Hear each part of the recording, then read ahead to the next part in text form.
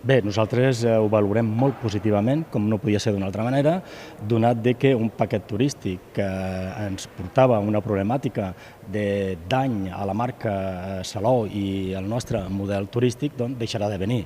Per tant, estem molt contents que ja definitivament el sector privat, perquè això és un paquet privat, hagi decidit de no portar més aquests paquets turístics. I dic això perquè també és veritat que el sector privat fa una ferma afirmació en aquest sentit, com nosaltres també, que el que volem i pretenem és un model turístic cap a la qualitat, cap a l'excel·lència. I, evidentment, aquests paquets que són molt curts en el temps, molt curtets, de molt poques persones, però que aquest en concret feia tant de soroll i un soroll molt negatiu a la nostra marca, que es deixi de fer, jo crec que és una gran notícia. I també us he de dir una cosa, que no ens hem de preocupar gaire, perquè estem parlant de 9.000 persones. Salou és molt més que 9.000 persones, i aquestes 9.000, 7.000 o 5.000 persones, cada vegada anava menys, quedaran suplides per altres paquets turístics. Nosaltres som una destinació turística per la qual passen més de 2 milions de visitants.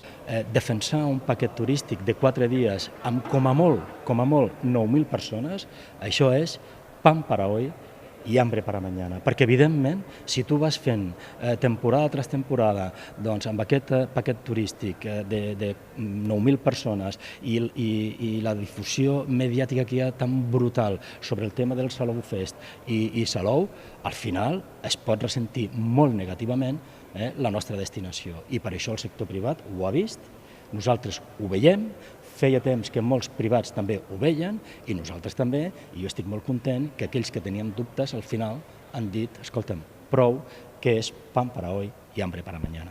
Per tant, nosaltres no hem pressionat. Ara, si ells els que diuen és que aquesta gent, pel que sigui, estava fent el botelló, doncs evidentment ni ells ni ningú. O és que ells han de tenir carta blanca? En cap moment. Mire, fins i tot me n'alegro molt que ho diguin, perquè a vegades se va posar en dubte que la policia local de Salou era molt més laxa en aquest sentit. Doncs me n'alegro molt que ho diguin. No, a tothom se li ha d'aplicar la regla per igual. I ha estat així, res més. Per anar a pressionar, nosaltres no pressionem a ningú. No pressionem a ningú. A més, que no podem fer-ho, perquè si ells volen tornar a portar-lo, escolti'm, tenim un problema, perquè tornaran a venir. Perquè no podem prohibir-ho. Insisteixo molt, això és molt important.